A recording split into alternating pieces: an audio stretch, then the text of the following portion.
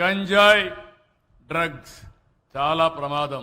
గడిచిన ప్రభుత్వంలో విచ్చలవిడిగా పెరిగిపోయినాయి. పిల్లలకు అలవాటు అయిపోయింది. కిరాణా కొట్లో కూడా దొరికే పరిస్థితి వచ్చింది.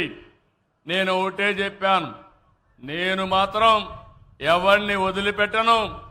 గంజాయి అమ్మినా డ్రగ్స్ అమ్మినా అవి తీసుకున్నా తాట తీస్తానని మరొకసారి మీ అందరికి హామీ ఇస్తున్నా. మన పిల్లల భవిష్యత్తు చాలా ముఖ్యం. ఇది ప్రమాదకరమైంది.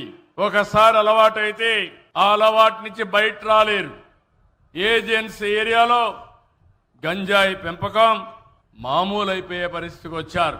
ఈరోజు నేను వస్తానే ఒకటి చేశాను. సెటిలైట్ ద్వారా ఎప్పటికప్పుడు ఇన్ఫర్మేషన్ తెప్పించాను. డ్రోన్ పంపించాను. ఎక్కడికక్కడ చూసి మొత్తం ప్రక్షాళన చేస్తున్నాను.